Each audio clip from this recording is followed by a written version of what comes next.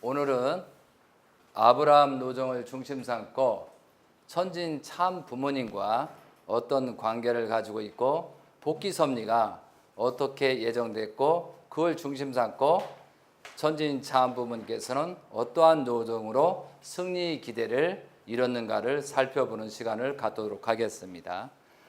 원리강론 311쪽에 이런 내용이 나옵니다. 왜 아브라함과 이삭과 야곱 노정을 상징 노정으로 했는가라고 나옵니다. 하나님은 인간을 창조하신 원리적인 책임을 지시고 야곱을 세우심으로써 그를 통하여 사탄을 굴복시키는 상징 노정을 본보기로 보여주셨던 것이다.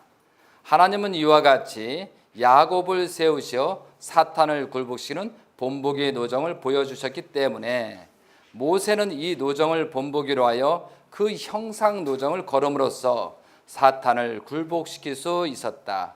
그리고 또 예수님은 야곱 노정을 밟아온 모세 노정을 본보기로 하여 그 실체 노정을 걸음으로써 사탄을 굴복시킬 수 있었으며 한편 또 성도들도 그 노정을 따라 걸음으로써 사탄을 굴복시키고 주관할 수 있게 되는 것이다 라고 되어 있습니다.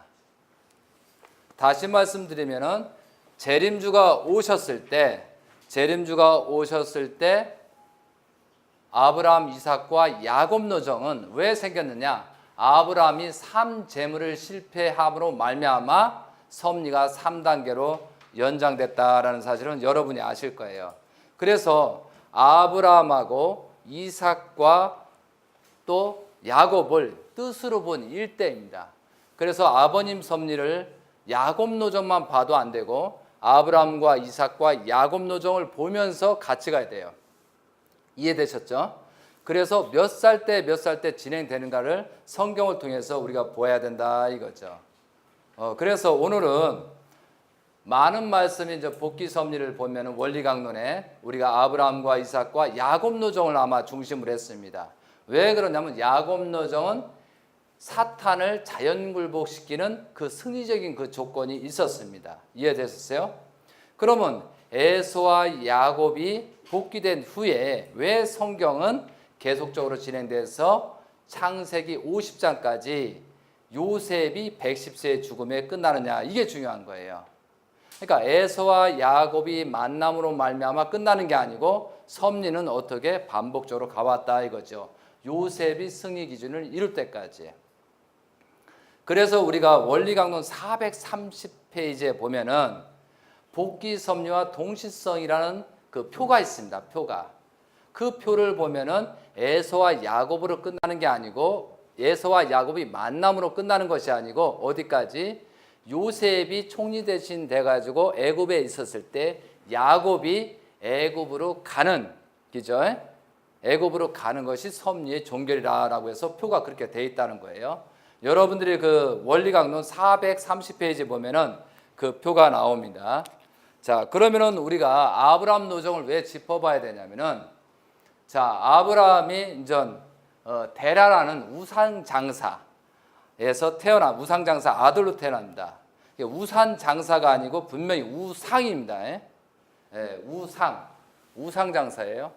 데라는 우상 장사였는데 창세기에서는 데라가 우상 장사였다는 얘기는 어디 언급되는지 제가 못 찾고 있어. 그러나 뒤에 이사야 그런 데서 우상 장사였다라고 나옵니다. 그래서 여러분이 공부해서 찾도록 하시고요.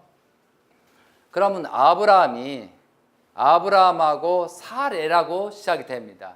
그런데 나이가 75세 때부터 하란으로 가서 출발 섭리를 하는 것이 창세기 12장 4절이다 이거죠. 그때 롯을 데리고 다닙니다. 롯은 뭐냐면 아브라함의 형제 하란의 아들입니다. 이해되셨어요? 그 하란의 아들인데 하란이 일찍 죽었다라고 성경에 나옵니다. 그러므로서 롯을 양육하고 다니는 거예요. 그래서 어떻게 보면은 성경에는 양자라고는 나오지만 양자처럼 자식처럼 해서 데리고 다녔습니다. 그리고 나서 창세기 12장에 어떤 일이 벌어지냐면 아브라함을 중심 삼고 아담과 해와의 복귀 섭리를 해야 되는데 해와는 어떻게 했냐면은 천사장 누실한테 사탄한테 주관을 받게 됐다. 이거 타락으로 말미암아 그것을 원대에 복귀해야 되거든요. 그럼 그 원대에 복귀하기 때문에 사탄한테 누구를 여자를 자기 부인을 내줬다가 다시 찾아오는 섭리를 합니다.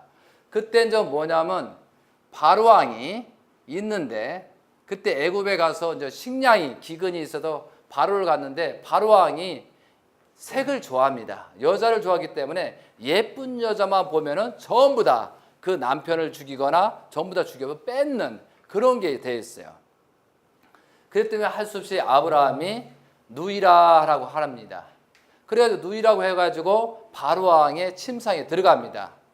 그땐 전 침상에 들어가는데 그때 하나님이 나타나셔서 너희 놈 해가지고 유부녀를 건드느냐 해가지고 굉장히 혼냅니다. 그래가지고 이제 바로가 깜짝 놀랍니다. 그죠? 깜짝 놀래가지고 회개하고 용서를 빌고 다시 이제 아브라함한테 따지는 거예요. 아브라함 너 왜 내가 범죄를 하겠느냐? 그러니까 네가 너무 색을 좋아하니까 내가 남편이라고 하면 죽일까봐 해서 그랬다. 그리고 실제 누이라고 합니다. 그래서 성경을 보면은 사례를 뭐라고 그러냐면 이복 동생이라고 합니다. 분명히 그렇게 성경에 써 있어요. 이복 동생. 그럼 이복 동생은 어떻게 되는 거죠? 배다른 형제인가?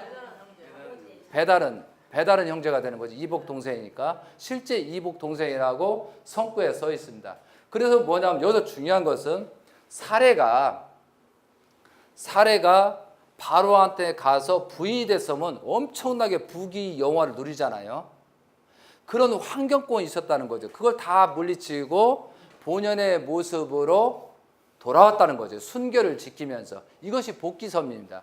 그런 과정을 통해서 아담과 사례가 승리적인 그 조건을 이룹니다. 그리고 나서 또한 가인과 아벨을 잃어버렸잖아요. 잃어버렸기 때문에 롯이 어디예요? 어떠한 그 이방인한테 붙들려 가지고 죽게 생겼습니다. 그래서 318명의 군대를 이끌어 가지고 롯을 구출합니다. 그럼 첫 번째 사례를 그러니까 아브라함이 하나님 입장이고 아담의 입장이면서 사례를 일단은 복귀시켰고 그 다음에 자녀를 구출했다는 그런 조건 속에서 하나님의 언약이 창세기 15장에 나타나는 겁니다. 그래서 하나님이 언약을 합니다. 네가 삼재물을 주면은 뜻맞게 이루면은 너한테 무한한 축복을 하고 영광을 주겠다라고 합니다. 그래서 나한테 재물을 올려라 합니다. 그래서 여러분들은 지금 뭐냐면 입장이 신종족적 메시아고 그리고 신종족적 메시아의 왕이 됐어요. 그러면 왕이라는 생각을 항상 간직해야 됩니다. 아셨어요? 그러니까 여러분이 지금까지는 막 했는데 왕이라는 개념을 가지고 신종족적 메시아예요. 왕이에요. 이해되셨어요? 그럼 메시아는 계시를 받아요? 안 받아요? 우리 장로님. 소메시아, 신종족적 메시아도 계시를 받을 자격이 있고 다 받을 자격이 있어요. 자, 그리고 나서 우리가 현재 지금 많은 얘기가 있는데 계시 받았다고 왜 받았냐고 욕도 먹고 하고 있는데 다 계시를 받을 수 있습니다. 그리고 선지자들이 타락한 혈통이지만 많은 이사야든 뭐 에레미야든 선지자들이 하나님이 직접 교통을 하면서 말을 주고받았어요? 안 받았어요? 많은 성과가 있었어요. 그럼 여러분들도 그렇게 할 수 있다 없다? 할 수 있다예요. 그런데 그것을 통제한 사람이 누구냐? 토일가가 언제부터 문제가 생기고 가정연합이 망하기 시작했느냐? 1995년부터예요. 운영부터. 왜 그럴까요? 그때 1995 36만 쌍 축복할 때 가장 우리는 번성할 때였습니다. 그런데 그때부터 청평 역사가 열면서 조상의 해원식 축복식을 하면서 그 기대만 갔으면 돼야 되는데 청평에 김 모모를 중심 삼고 나 외에는 너희들은 영적인 역사를 하거나 하면 안 된다라고 하면서 색출 작업을 하고 오히려 청평은 아니고 나머지는 그죠? 그런 일을 벌였을 때는 계속 모함을 받고 했다 이거죠. 그러면서 세계 기독교 통일 신령협회인데 신령협회란 말이지 그 신령을 차단하기 시작했다 이거지. 이게 망하기 시작한 거예요. 그러므로 1995년부터 통일교는 망해서 지금도 망해가고 있다는 사실이 증거가 되는 거예요. 그런데 청평 역사는 실패했다 안 했다? 영적인 역사는 실패했다. 그러나 조상해운식 축복식은 성공했더라도 실질적으로 성령이 역사하지 못하게끔 만든 원인을 제공했다라는 사실은 분명히 아셨으면 좋겠어요. 결과가 말해주고 있잖아요. 그거와 마찬가지로 하나님께서는 누구한테? 아브라함한테 이제 선물을 예물을 올려라 라고 합니다. 그래서 여러분들 제가 무슨 말을 하려다가 좀 잠깐 했는데 여러분이 어느 집에 갈 때 먼저 처음에는 보고 기도를 해줘요. 그리고 먹고 나서 음식을 먹고 나서 무엇을 받고 나서 축도를 해주라 이거죠. 그게 기본이니까. 아시겠어요? 처음부터 가자마자 축도를 해주면 먹지도 않고 하나님 앞에 보고했기 때문에 하나님이 짜증납니다. 실제 상황이에요. 뭔가를 주었다는 조건, 뭔가 재물을 주었다는 조건이 있어야 되는 거예요. 그렇죠? 여러분들은 잔치집에 가서 먹고 나서 축도하세요. 먹고 나서 잘 먹고 나서 하나님, 아버님 하나님 대신에 우리가 이렇게 먹었으니까 그 기대에 무한한 축복을 주겠습니다 하면서 축복을 해줘야지 먼저 축복하는 거 아니에요? 많은 사람 실수하는 사람 많더라고. 자, 삼재물을 그러나 실패하게 됩니다.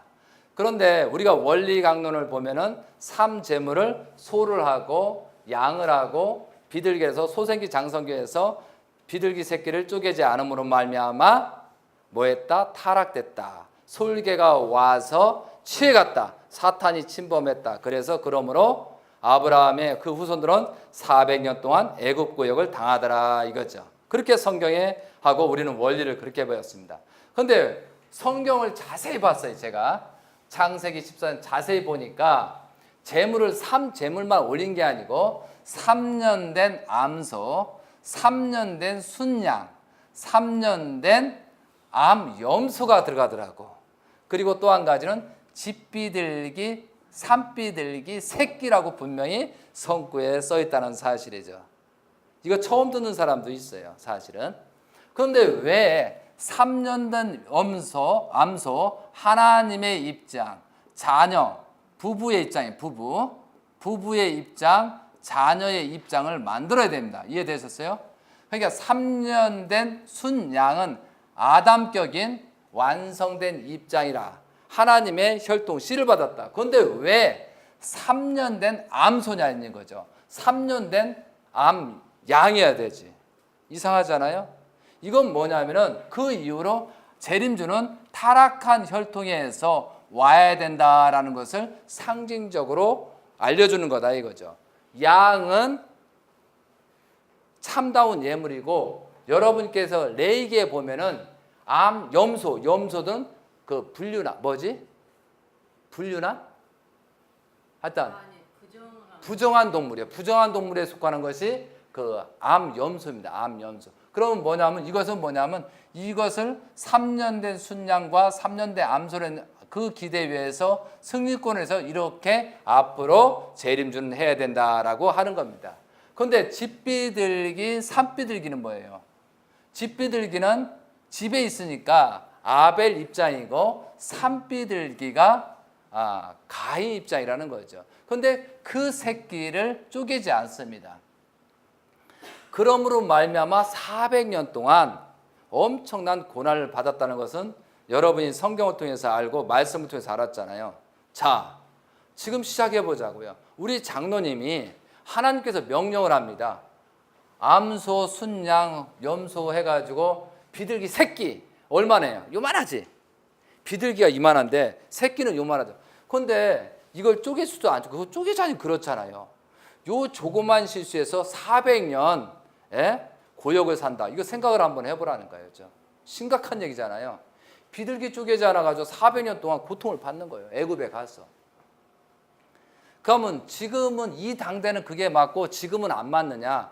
여러분들이 신종족적 메시아하고 축복 가정이기 때문에 실수하면은 3대 후손만대가 문제가 생길 수 있다? 없다? 있다라고 예시해 주는 거예요.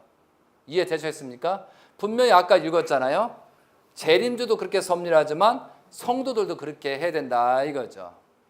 그 때문에 잘못된 것은 분립하고 해서 가야 된다는 거죠. 아시겠습니까? 그래서 우리가 이렇게 그 기준을 세웠을 때, 그런데 하나님께서 너 재물 잘못하면은 너 400년 절단 내버려쳐. 400년 구해도 그렇게 말을 했다고 하면은 아마 그러지 않았을 거예요. 그런데 하나님께서는 이놈이 사탄을 정확하게 분립할 수 있는가 없는가를 판별해 놓고 결과만을 심판했다. 이렇게 나오는 거예요. 그러니까 우리가 이제 어떤 사건을 벌여주면 그 결과를 심판을 당할 수 있다 없다. 그러므로 이 섭리가 뭐예요? 그동안의 기대를 세웠던 것이 삼재물 때문에 실패가 됐다 안 됐다? 실패가 됐다. 이렇게 되는 겁니다. 그리고 나서 다시 출발 섭리 다시 시작합니다.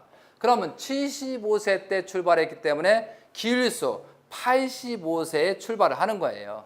이해되세요? 그래서 아브라함과 사레가 어떻게 출발한다? 종 하갈을 통해서 이스마엘을 낳습니다. 그럼 이때는 양자지만 하갈은 뭐예요? 첩으로 했으니까 서자의 입장이 되는 거예요. 그럼 우리가 팔 때 뭐죠? 종적인 기대잖아. 종의 종, 종에서 또 뭐죠? 양자, 서자, 친자 이렇게 가는 거예요. 이것을 아브라함에서 지금 보여주고 있는 거예요. 그러면 사레의 롯은 양자의 입장, 아브라함의 이스마엘은 서자의 입장, 그리고 친자의 입장이라 되어 있습니다. 자, 그러면은 여러분들이 또 짚어야 될 게 뭐냐면은 오늘 읽다 보니까 이런 말씀을 제가 발견했어요. 이게 이제 8대 명절 및 주요 기념일인데 여기에 320쪽이 어떻게 나오냐? 중간 부분입니다. 종적인 역사를 횡적으로 탕감하게 되었습니다. 6천년의 역사 가운데 아담, 예수님 재림주 시대까지 탕감이 벌어지게 되었습니다. 해와에 해당하는 것이 성진 어머니이고 마리아에 해당하는 것이 희진 어머니이며 재림시대의 어머니에 해당하는 것이 현재의 어머니입니다. 그런 어머니가 나왔기 때문에 비로소 사위 기대가 이루어졌습니다. 라고 되어 있습니다.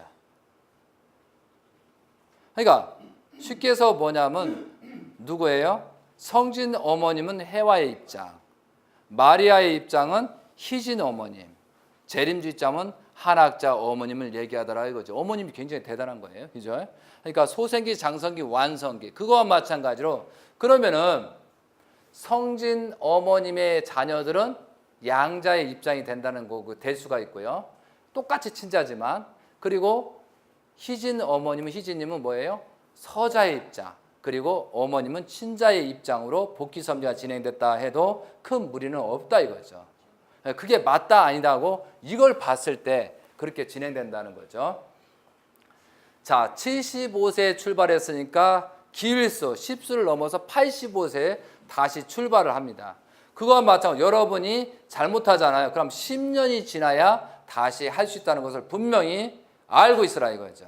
그 탕감 조건. 그럼 그동안의 10년 동안 환란이 있었다 없었다? 있었다라고 보아야 되는 거예요. 왜? 탕감 조건을 세웠으니까. 10년이 되면 그때 하갈은 이스마엘을 낳는 겁니다. 하갈을 통해서. 근데 하갈을 통해서 이스마엘을 낳았는데 하갈이 임신이 된 다음에 사레를 괴롭히는 거예요. 굉장히 그렇게 조금 이렇게 무시하거나 그러니까 사레가 열이 받아야 안 받아요. 그게 받아가지고 아브라함한테 얘기를 했더니 아브라함한테 얘기했더니 알아서 하라고 내쫓아버리는 거예요.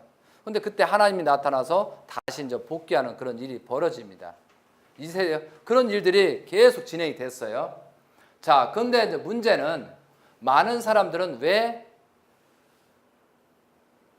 하갈과 이스마엘이 쫓겨날 수밖에 없느냐는 것은 섭리이기 때문에 어쩔 쫓길 수밖에 없어요.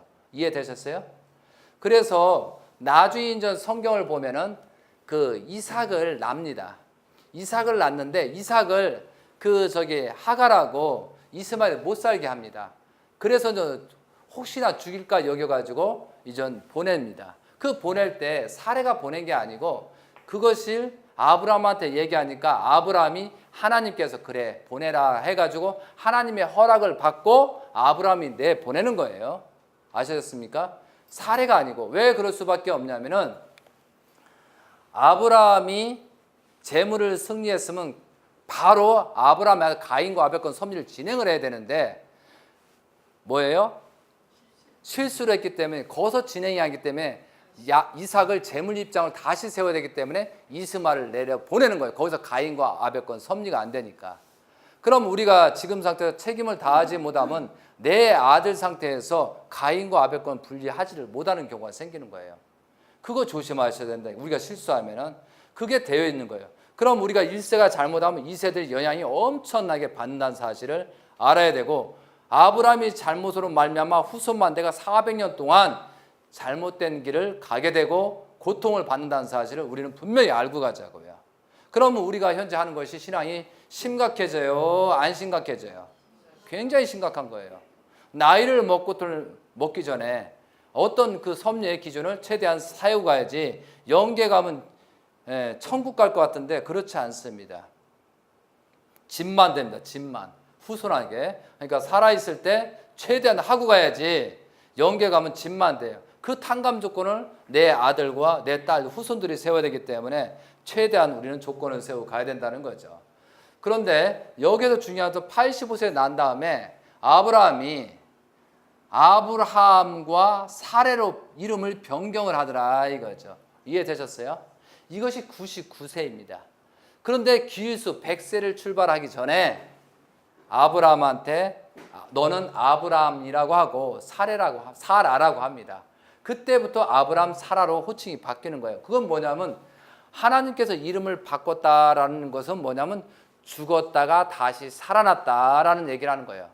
그렇기 때문에 아브라함이 아버님께서 문용명이었잖아요. 그리고 문선명으로 바꾼 이유가 여기 있다는 사실을 아셔야 되는 거예요. 하나님께서 이렇게 바꾸라 해서 바꾼 거지 임의로 바꾸지 않았다는 사실을 아셨으면 좋겠습니다. 아셨어요? 자, 그럼 할례를 하잖아요. 할례를 하는데 언약 표시합니다. 할례를 했는데 이스마엘이 13세 갖고 그때도 아브라함이 했다 안 했다? 아브라함 모든 민족이 다 했다 이거죠. 그때 뭐 장사꾼 산자나 종이나 누구나 전부 다 할례를 했면은 선민이 된다 이거죠. 자, 여기서 중요한 게 있어요. 여자와 남자의 복귀 선미가 다르는 것이 뭐가 다르느냐? 남자는 잘못하면 할례를 했는데 여자는 순회사님 뭘 했을까요? 여자요? 남자는 그 생식기를 찍어가지고 피를 내가지고 혈통에 타락한 피를 뺐다고 했는데 여자는 무슨 행동을 했지? 뭐 했어요? 아무것도 안 했어요. 여자는 팔자 좋은 거예요. 안 그래요? 여러분 이걸 우리 신앙에 굉장히 깊이 생각할 것은 남자와 남자는 씨로서 어떤 조건을 세워야 되는 거지만 여자는 조건이 없어요. 없잖아 지금. 근데 무슨 냐면 신부의 입장이에요. 여자는 밭이기 때문에 콩 심으면 콩 나고 팥 심으면 팥 나고 조 심으면 조 나고 훌륭한 사람 심기 때문에 어느 입장이냐면은 여자 입장은 밭이에요. 당신을 주인으로 섬기겠습니다 라고 하면 다 끝나버려 이게. 그래서 그 시를 담을 수 있는 입장만 만나면 여자는 자동으로 복귀되는 거예요. 아시겠어요? 다릅니다 남자는. 이게 섭리입니다. 그렇기 때문에 아버님이 아담은 이게 암 염소가 이게 비밀이라는 거죠. 암 염소는 타락한 입장이지만 나는 당신을 남편으로 재림주로 섬기겠습니다. 어머니께서 그렇게 했기 때문에 거기에 인을 쳐서 참 부모가 될 수 있는 것처럼 그런 과정이 있었다는 거죠. 그러니까 절대적인 그 기준만 세우면 남자의 정자를 통해서 뭐가 된다? 참 생명이 되더라 이거죠. 이게 할례. 그죠? 그래서 중요한 걸 하나 짚고 갈게요. 지금 메시아를 중심 삼고 하나님을 중심 삼고 우리는 아들 딸이라 하지만 메시아를 중심 삼고 재림주를 중심 삼고 여러분 여자는 어느 입장이에요? 어느 입장? 우리 권사님 얘기해요. 어느 입장? 딸의 입장일까? 신부의 입장일까? 신부의 입장이라고 들었어요. 예. 아주 똑똑해요. 이거 대단히 똑똑해요. 보통 물어보면 딸의 입장이라는 거예요. 우리는 여러분들 여자는 축복받으면 어느 입장? 아버님의 신부의 입장이에요. 신부의 입장.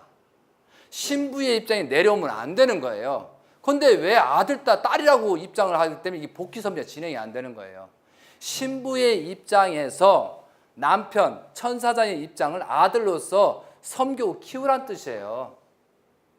그래서 우리가 천사장의 입장에서 축복을 받아서 3일 행사를 했잖아요. 그런 과정이 있는 거예요, 이게. 그러면 뭐예요? 신부의 입장이에요, 신부의 입장. 장로님 저를 뚫어지게 부르는데 아들 입장이라니까. 사실은 그걸 우리가 알고 그것이 승리 기전을 이어서 남자와 여자 동등한 입장을 세우는 것이 여자의 목적이라는 거예요. 굉장히 중요한 것이에요. 이해됐어요? 그래서 신부의 입장이 왜 되냐면 우리가 축복받을 때 뭐예요? 여자의 자궁을 통해서 남자가 부활된다라고 들었어요, 안 들었어요? 남자의 자궁을 통해서. 남자의 자궁이 아니고 이것도 사탄 될 뻔했네.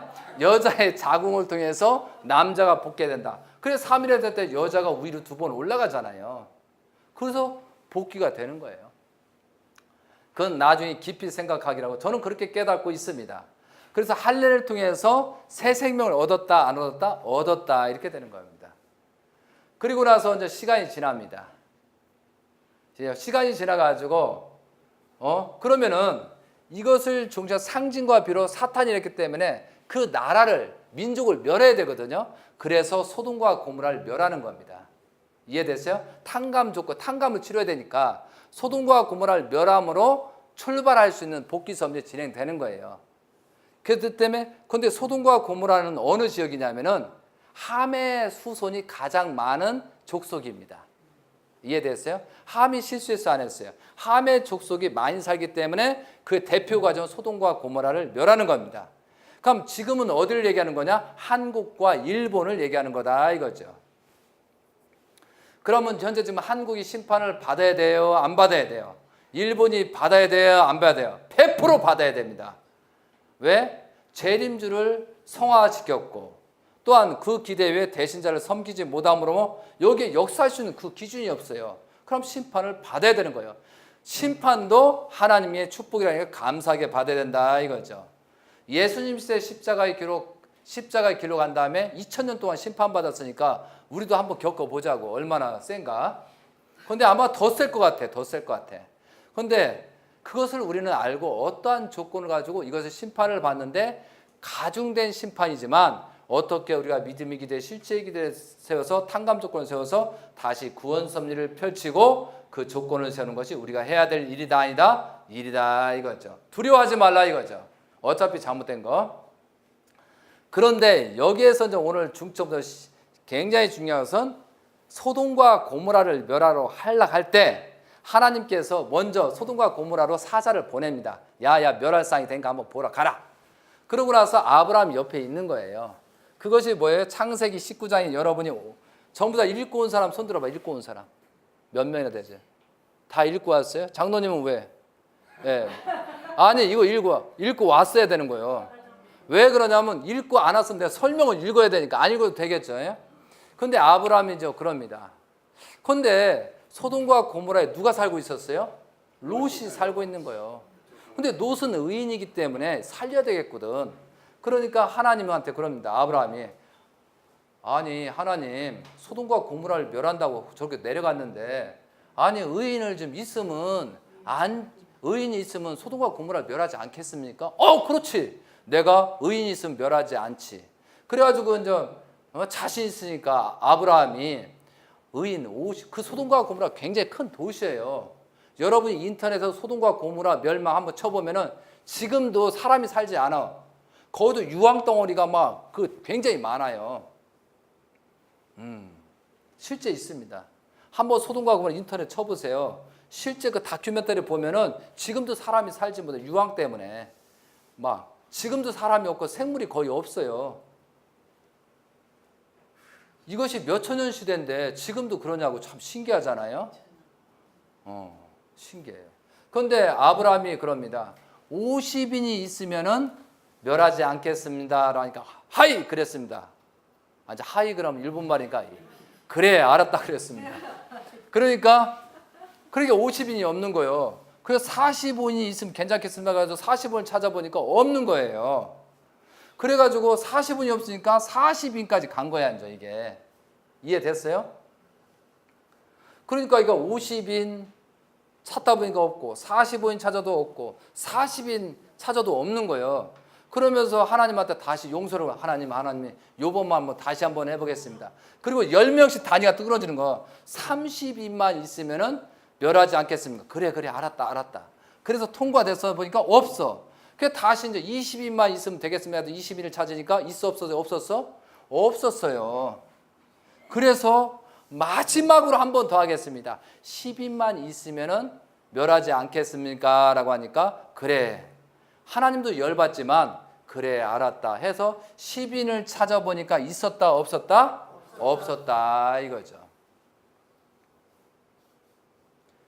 이거하고 우리하고 어떤 관계가 있을까요? 아버님께서 2013년도 1월 13일도 한 사람도 기원절을 맞이할 자가 없다라고 뭐라고 그랬어? 천명을 해버렸잖아요. 그때부터 한국은 어떤 일이 있는다? 엄청난 환란과 소돔과 고모라가 생기기 시작한다? 안 한다? 예정이 돼 있는 거예요. 그렇게 해서 한 사람도 의인이 있다 없다? 없다 했기 때문에. 그런데도 현재 통일교 가정연합은 우리가 있잖아요. 우리가 있잖아. 그런데 정말 거기에 생명을 하면 기원절이 남아있으니까 우리가 아버님이 우리를 대신해서 회개하고 용서를 빌고 아버님 성화에 대해서 그런 깊이 생각하고 했으면은 기원절을 승리했으면 축복이 다시 전환될 수 있는 그런 환경권이었다 이거죠. 근데 그것을 모르고 전부 다 찬양과에서 청평을 중심 삼고 전부 다 사탄들이 참어머님, 참자녀인데 우리한테 전부 다 들어오고 가버린 거예요. 결국은 총력전을 사탄이 승리하는 말미암아 결국은 기원절까지 맞이하고 결국은 형제님도 거기에 꽃을 피우지 못하고 떠날 수밖에 없는 환경이 됐더라 이거죠. 이것이 역사입니다. 소돔과 고모라는 10인이 없어가지고 멸했어요. 이해됐어요? 이거하고 지금하고 어떤 관련이 있는가 생각해서 지금이라도 우리는 회개와 용서를 빌지만 후손들을 지킬 수가 없습니다. 그렇기 때문에 그 믿음의 기대, 실체의 기대가 안 되기 때문에 대신자 형제님께서는 아시기 때문에 어떻게 한다? 도피할 수 있는 준비를 해야 된다. 그리고 너희들이 성령이 역사할 수 있는 그 기대를 세워야 된다라고 해서 제가 이렇게 강의를 하는 거예요. 그렇기 때문에 지금부터 원리 강론을 모른다, 바빠서 못하겠다, 또 성경을 바빠서 못하겠다, 그거 한번 나중에 당해보자고. 얼마나 고통받고 성경 하나 몰라가지고 고통받는 시대가 온다 안 온다? 그렇기 때문에 여러분이 성경 공부를 해야 돼요. 내가 여러분께 부탁하는데 이제부터는 성경 그 카톡 좀 하지 말고 카톡 하지 말고 성경 문자 보내지 말고 문자 보내가 막 섭리가 어떻고 남북이 어떻고 전부 다 문자 싸움을 하는데 전부 다 방바닥에 앉아서 혼자 다락방에 앉아서 방에 앉아서 문자만 돌리고 있고 아무도 섭리하는 사람은 있다 없다? 없더라 이거죠. 이게 현실입니다. 전부 다 탁상 공론하고 있어요. 여기 카톡에 여왕도 있지만 요즘 핸드폰이 고장나서 못한다지만 하여튼 제발 좀 분별해가지고 우리가 할 수 있는 그런 기준이 되고 말로만 지금은 말로만 하다가 손가락만 그런 시대는 하면 안 된다 이거죠. 중요한 겁니다. 어떻게든 조건을 세우는데 근데 가장 중요한 것은 예수님 때 십자가의 길을 갈 때 그 제자들이 십자가에 바로 간 게 아니고 거기다 죄송하지만 섭리 엄청난 다른 나라의 아프리카다 뭐다 인도다 섭리하고 죽을 때가 돼서 십자가의 길을 간 거예요. 가만히 따져보니까 가장 오래 사람들이 누구냐면 사도 요한계시록을 쓰고 반모섬에서 나와서 이제 유배당해서 십자가의 길을 그분은 안 갔다 하더라고. 나머지 십자가의 길을 갔어요. 그럼 우리는 십자가의 골고다의 길을 가면서 어차피 죽으니까 그죠? 어차피 죽으니까 그 최선을 다해서 우리는 해야 된다 안 해야 된다? 해야 된다 이거죠. 그런데 예수님 제자들이 살 수밖에 없는 이유는 성령이 역사하고 예수님이 겪었던 내용이라든가 모든 것을 경험을 알고 말씀을 알기 때문에 그 사람이 성령의 역사이기 때문에 인을 치러 다닌 거예요. 그럼 우리는 이 시대에 뭐예요? 재림주를 알았잖아요. 그럼 재림주를 증거를 해야 되고 또 뭐예요? 말씀을 증거해야 되고 우리의 삶을 거기다 자랑하면 죽습니다. 자랑하면 그 자리에서 다 사형당했어요. 그런데 뭐라고요? 우리가 재림주를 모시지 못해서 우리가 대신자 형제님을 모시지 못해서 우리가 섭리를 잘못해서 참 가정을 문제가 생겼고 기원절을 맞이했고 회개와 용서를 빌어야 됩니다. 그리고 또 한 가지는 뭐예요? 우리가 그렇게 아버님한테 메시아한테 축복을 받았지만 우리가 책임 다하지 못했으니 우리는 죄인이다 죄인이다 그러니 너희들은 잘해라 라고 하면서 설득을 하면서 해야지 거기에서 아버님하고 식사를 했네 아버님하고 골프를 쳤네 예를 들어서 아버님하고 뭘 했네 그 자랑했다는 그 자리에서 배락 맞아 죽습니다. 그걸 저는 가르쳐주고 싶은 거예요. 그래서 형제님께서 아버님께서 축복가정 그 선배 전부 다 없애버리라고 그 말씀 하신 거예요. 나는 몇 가정이래 몇 가정이래 그 말했다가는 죽기 쉽습니다. 나는 부족한 가정입니다. 차라리 그러든가 그렇게 해야 된다 이거죠. 36가정이다 뭐 했는데 그러면 어떡할 건데 철저히 비밀로 붙여가지고 겸손하면서 그런 입장을 가야 된다는 거죠. 축복가정 서열이 중요한 게 아니라는 거죠. 이러면 좀 우리 원로 장로님들 섭섭할 수 있지만 말씀은 그렇다 이거죠. 그렇다고 제가 섬기는 건 아니니까 걱정하지 마세요. 소돔과 고모라를 멸한 이유는 의인이 없기 때문에 그렇습니다. 그런데 성경을 봅니다. 성경이 보여서 노산 때 사자가 갑니다. 그래서 사자가 갔는데 사자가 가가지고 그건 뭐냐면 그 사자가 갔는데 그 사자를 식사를 하고 보호를 합니다.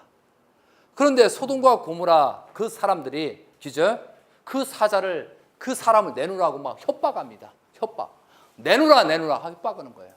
내놓으라 협박하니까 롯이 그 사자를 하나님의 그 신분없고 사자를 하나님의 어떻게 보면 아들 입장이죠. 그것을 지킬 수밖에 없기 때문에 뭐라냐면 내 두 딸이 처녀 있는 내 두 딸이 있으니 내 두 딸을 내놓을 테니 제발 내 두 딸을 너희들이 제물로 삼고 보호해달라라고 합니다.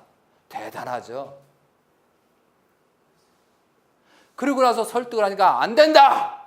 어떻게 우리 소돔과 고모르기 잘 먹고 잘 사는데 어떤 놈이 와가지고 나를 심판하려고 하느냐? 안 된다. 큰 놈을 내놓으라고 놋을 제끼고 문을 따려고 할 때 그 사자들이 안 되겠다 싶어서 놋을 다 끌어다 드리고 문을 꼭 닫고 그 사람도 눈을 멀게 만들어 버리는 거예요. 그래서 문을 못 찾는 거야. 문을 못 찾게 만드는 그런 사건이 있었어요. 그리고 나서 노산 때 그럽니다. 너 진짜 대단하다. 어떻게 우리를 구하기 위해서 네 딸까지 희생한다고 그래서 하나님의 관계된 사람을 구출하려고 하느냐. 너는 그러므로 말미암아 네 종족을 전부 다 구원해 주겠다라고 하면서 너하고 관련된 딸이 누구냐 종족이 누구냐 다 살려줄게. 그렇게 축복을 합니다.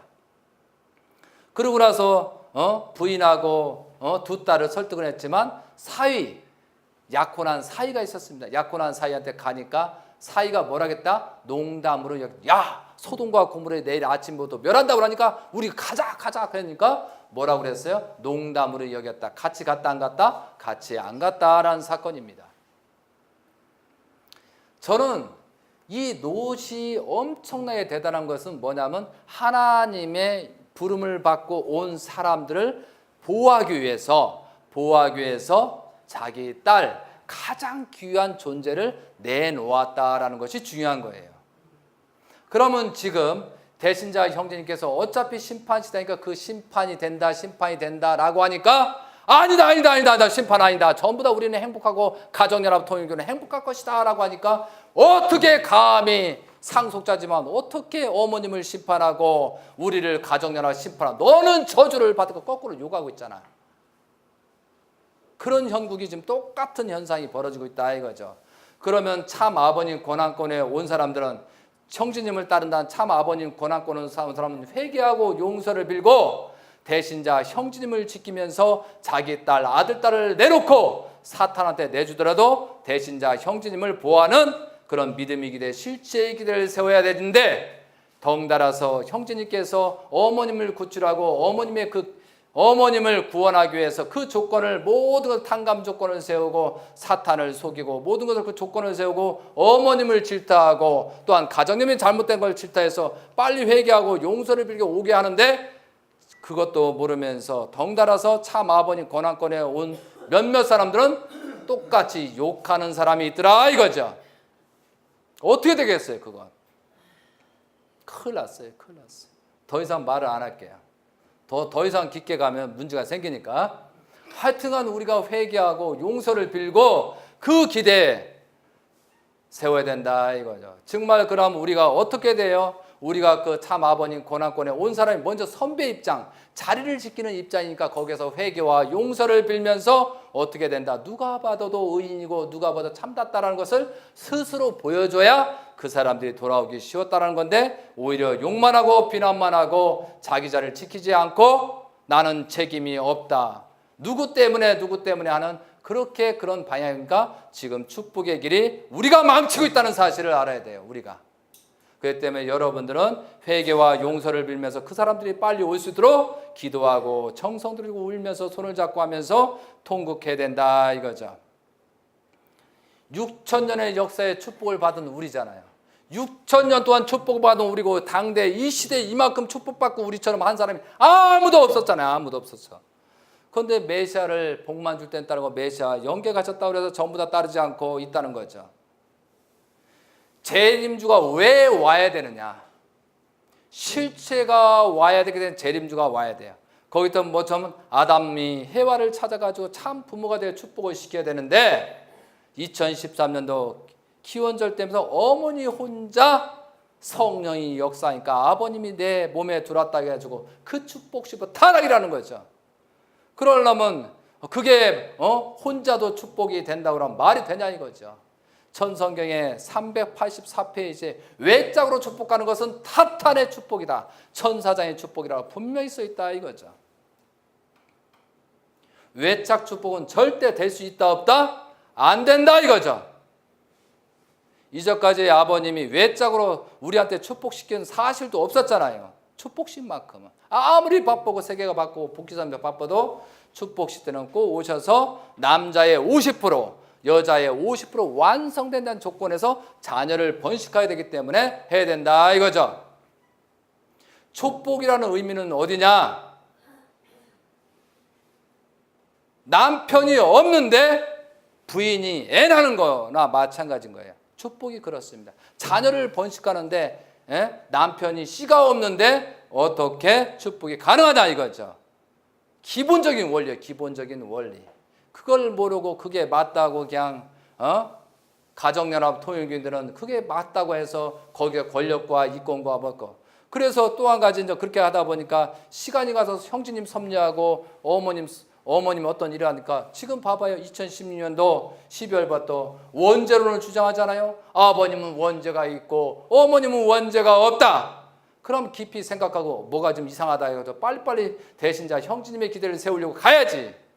아버님이 원죄가 있다라는 것은 뭐냐? 통일교 정체성이 메시아를 부정하는 얘기가 돼버린단 말이죠. 그러면 여기도 원리강론 봤잖아. 원리강론이 언제 나왔어요?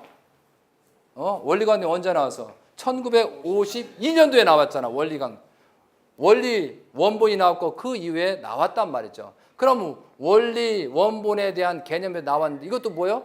타락한 말씀이라는 얘기가 돼버리잖아요. 그러면 어떤 기준 할 거예요? 그러면 어머니께서 그렇게 해서 원죄가 있다 없다 하면 이게 우리가 가는 것이 잘못됐구나 해가지고 무슨 뜻이 있겠구나 해가지고 빨리 정성을 들이고 회개와 용서를 빌고 와야지. 그렇지 않고 지금도 하늘만 보고 눈만 뻐끔뻐끔하는 그런 형국이다 이거죠. 그러니까 성령이 역사할 수 없는 거예요. 통일교의 정착성은 뭐예요? 아담과 해와의 타락성을 전부 다 선악을 분립을 해버렸잖아요. 그러니까 우리의 정체성은 뭐예요? 어머니가 정말 그랬다고 하면 뭐가 문제니까 살펴보고 무슨 뜻이 있다라고 생각하고 빨리빨리 내 스스로 선과 악을 분립해서 참으로 가야 되는 것이 우리가 복귀노정이라는 사실을 아셨으면 좋겠습니다. 아시겠습니까? 지금은 엄청난 위기가 와 있다는 사실을 알아야 됩니다. 그리고 나서 이제 복귀 섭리가 재출발 섭리를 할 수밖에 없는 거예요. 이해되세요? 그러면 이 재출발 섭리를 해야 되기 때문에 다시 어디예요? 바로 왕에 누이한 것처럼 다시 이 기준을 세우고 멸한 다음에 어떻게 했어요? 해와를 다시 타락된 입장이 갔기 때문에 다시 복귀 섭리를 펼치는 거예요. 누이를 어떻게 해요? 자기의 부인을 아비멜락 왕한테 준 다음에 천사들 중에서 다시 복귀한 때다 이거죠. 그런데 아비멜락 왕이 눈이 뼈는지 안 뼈는지는 몰라도 정말 아름다워서 어쩔 줄을 몰랐다 성경이 나옵니다. 그런데 그때 나이가 아브라함이 99세, 사라가 89세예요. 그럼 여기 82세 된 분도 있고 89세인데 뭐가 아름다워요? 다 쭈글쭈글해가지고 뭐가 아름다워? 아비멜락이 눈이 뼈지. 생리도 끝나고 했는데 뭐가 아름다워가지고 했냐고. 무슨 얘기냐면 상징적으로 그렇게 했다 이거죠. 외모를 보고 한 게 아니고. 지금 82세가 저렇게 쭈글쭈글한데 지금 뭐 89세네. 이해되죠? 계속 그걸 고민하는 사람이 있어요.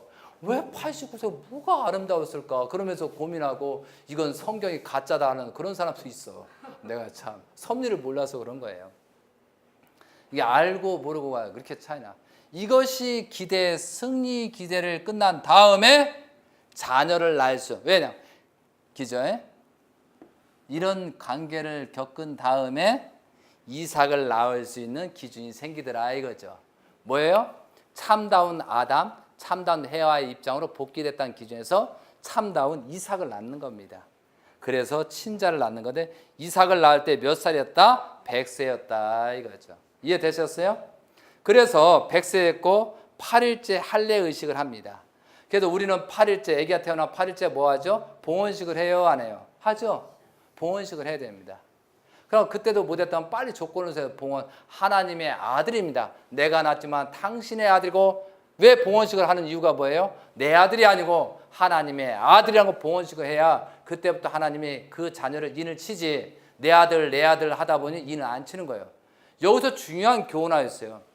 하나님의 아들이라고 기도해야 되지. 항상 너는 하나님의 아들이다. 너는 참부의 혈통을 받고 하나님의 아들이다. 그렇게 해줘야지. 그죠? 원죄를 천사 그렇게 해야지. 내 아들 하니까 이 타락에 6천년 동안 근성이 있는 사람들이 부모가 된 입장이 되니까 그 아들은 천방지축이 되더라 이거죠. 내 아들이다 아니다. 저기도 우리도 이제 그 하나 둘 셋 세 마리가 있는데 세 마리 아들 두 마리에다 딸 하나가 있지만 저게 내 아들이다 아니다. 그래가지고 내 아들과 내 딸이 아니라는 사실입니다.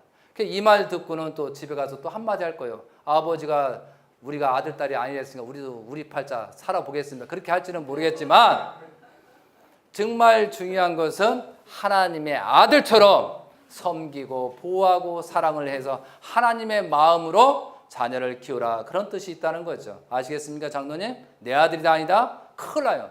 내 아들이라 하면 사탄이 그때부터 역사하니까. 이해되셨습니까? 이게 8일 만에 할례를 해야 되는 거고 돌잔치를 젖을 때일 때 잔치를 크게 했다는 거예요. 그때부터 돌잔치 섭리가 왔다는 것 같아요. 알았어요? 젖을 때 돌잔치 하는 거예요? 아니에요? 맞아요? 나는 몰라요. 젖을 안 떼봐가지고 내가 남자니까 모르겠어요. 돌잔치 할 때 젖을 뗄 때 큰 잔치를 해서 그때부터 아마 돌잔치를 했다라고 그때부터 유래가 됐다 해도 큰 문제는 아니다 이거죠. 그런데 아담과 해와 여기서 아브라함이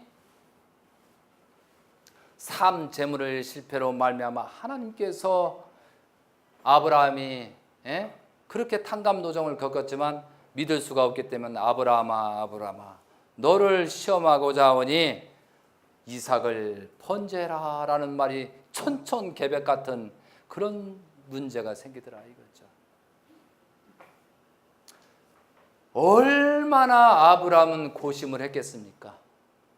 100세 때 아들을 낳아가지고 쥐냐 옥이냐 하면서 키웠는데 그 조건을 다 세웠는데 그 삶 재물을 실패로 말미암아 그 번제의 가중된 탕감 조건으로 이삭 너의 아들을 번제를 하라라고 했습니다. 번제가 뭐예요? 장작불에다가 불을 태우면서 거기서 태워가지고 연기로 해서 올리는 것이 번제라 이거죠. 그러면 식구 여러분, 하나님께서 여러분들 보고 번제를 해가지고 너희가 책임 분담을 다했으니까 네 아들을 제물로 삼아 번제를 하라고 하면 과연 여기는 있을까요? 없을까요? 이 번제를 할 수 있는 사람이 있을까요? 없을까요?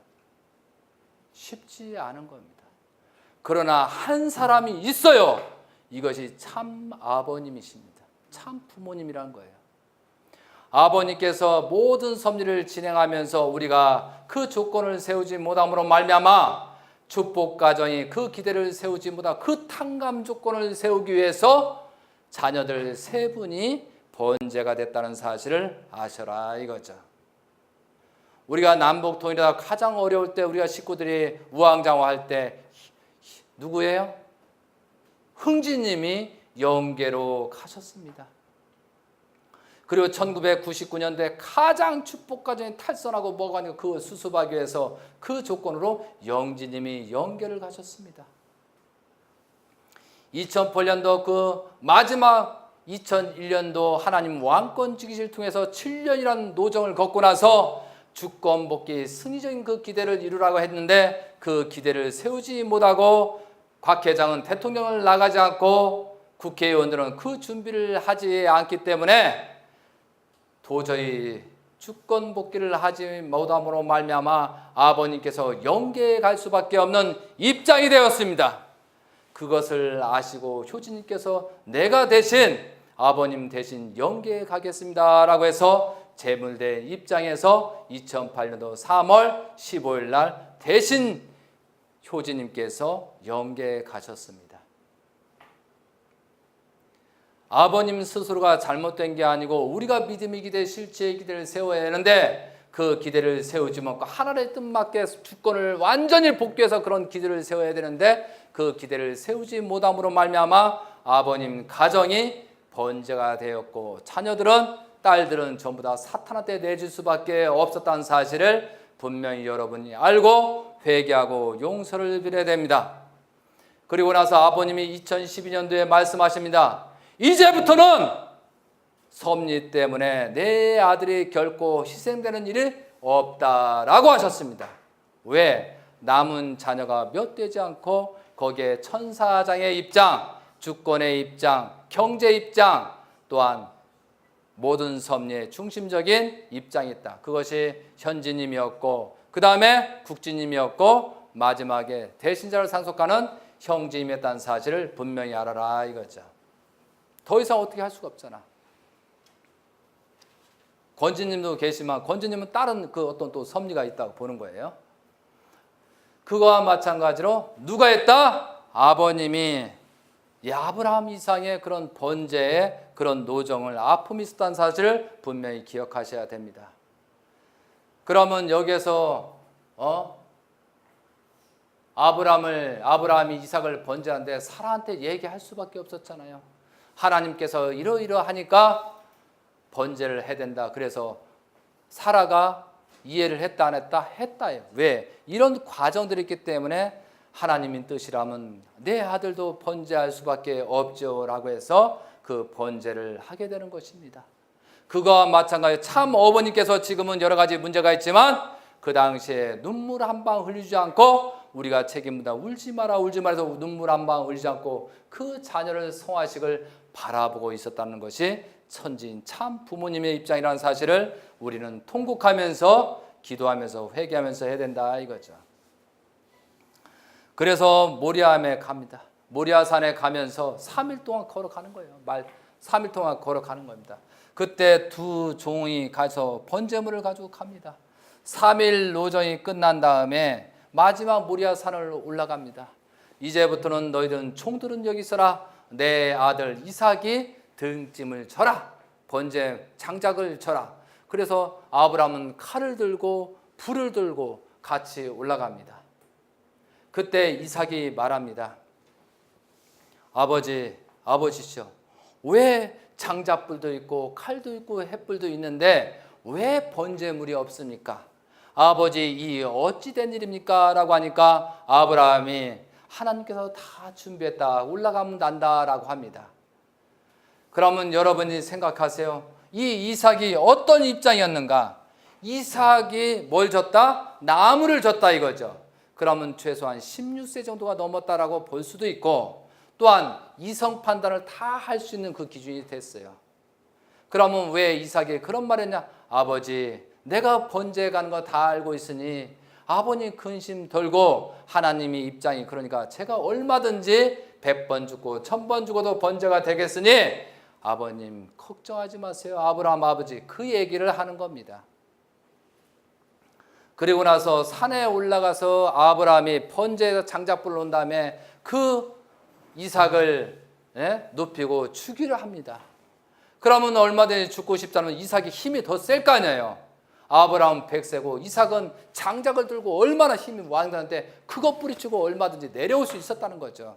그러나 순종 굴복하면서 내가 재물됨으로 말미암아 아버지의 탕감 조건을 다 승리적인 기대를 이루고 하나님의 섭리가 진행되기를 간절히 기도하면서 기도하는 마음으로 누워서 번제를 기다렸다는 사실이 이삭이라는 사실을 분명히 아셨으면 좋겠습니다. 그러면 여러분들이 생각합시다. 여러분이 아브라함 입장에서 내가 실패로 말미암아 하나님께서 내 아들을 번제를 보냈을 때 여러분은 어떠한 마음이 되냐 이거죠. 그러면 여기는 아브라함과 사라와 이삭은 똑같은 마음으로 있었다 없었다? 있었다 이거죠. 그래서 아브라함이 이삭을 번제에 얹어놓고 이삭을 치려갈 때 하나님께서 아브라함아 아브라함아 아브라함아 해서 멈춰라 하면서 이제 너의 마음을 알겠노라 해가지고 네 믿음이 기대에 있다 해서, 그래서 옆에 양을 잡아다가 번제를 드리고 복귀 섭리가 진행되는 겁니다. 그리고 나서 이삭이 그런 기준을 세움으로 말미암아 이삭부터 에서와 야곱을 해서 이삭이 40대 때 축복을 받고 60세 때 누구를 낳는다? 후손도 요셉을 낳는다 이거죠. 그거와 마찬가지로 아버님도 40살 때 소생기 장성기 완성기의 축복을 받고 천지인 참 부모님이 된 입장이고, 모든 섭리의 기준에서 40세 축복을 3단계 완료해서 여러분을 36가 전부터 축복하기 시작합니다. 이것이 섭리하고 지금 똑같이 되고 있습니다. 아버님께서 많은 자녀들을 낳았지만 60대 때 난 자녀가 1979년도 8월 6일 날 대신자 형제님을 낳았습니다. 창조 역사가 6단계입니다. 6단계 인간을 창조한 것처럼 육수 때 인간이 창조되기 때문에 아버님 생신이 1920년도 1월 6일이 되는 거고, 천진 참 어머니께서는 1943년도 1월 6일이 되는 겁니다. 상속자도 1월 6일이 돼야 되는 거예요. 그래서 1979년도 8월 6일 8단 완성을 한 그 기대 위에 나왔기 때문에 육수, 그래서 8월 6일이 되는 거다 이거죠. 그리고 연하님은 1978년도 7, 8을 넘고 11월 6일 6자가 되는 거다 이거죠. 그럼 3대 왕권에서 대신자 형제님의 3대 왕 신주님은 어디예요? 2004년도 5월 10일입니다. 그날이 철력으로 3월 20일입니다. 왜 그러면은 2004년도 5월 10일이냐 이거죠. 2004년도 5월 5일 쌍합 10승일을 선포했잖아요. 후천 개백 시대 모든 선과 악을 보라고 후천 개백 시대에 출발을 하기 때문에 5일날, 6일날, 7일날, 8일날, 9일날, 10일날, 그래서 신주님이 탄생하는 겁니다. 그리고 나머지 참자녀들은 육자가 들어가는 생일이 있어야 돼요, 없어야 돼요? 없어요. 여러분이 찾아보면 육자의 생일이 없습니다. 천진 참 부모님께서는 메시아로 오셔가지고 재림주로 오셔가지고 아버님의 체를 쓰고 모든 것을 하고 어머님과 혼인 관계를 맺고 완성된 집적 주관권에 있는 입장에서 자녀를 번성했다 이거죠. 그 기대 위에 하나님의 몇 시 몇 날 몇 초에 이놈은 무슨 일, 이 자녀는 무슨 일, 이놈은 무슨 일, 이 자녀는 무슨 일 하면서 인을 쳐가지고 현재 섭리를 갖고, 대신자 형제님께서 30세가 되니까 요셉이 총리 대신 예수님이 말씀하는 30대 때 그때 만왕의 왕으로 인을 쳐서 섭리를 진행하려고 했습니다. 그것이 2007년도 2008년도를 출발했는데 2000년 주권을 복귀하지 못하므로 그 주권을 복귀해야 될 다시 사명을 안고 가정연합이 실패로 말미암아 통일교를 중심 삼고 간 것이 천복궁입니다. 천복궁을 중심 삼고 그 3년 6개월 기대를 세우고 형제님의 믿음의 기대, 실체의 기대를 세우기 위해서 4명의 성인을 세우고 4명의 훈사, 4명의 목회자, 4명의 여성회자, 이게 12지파입니다.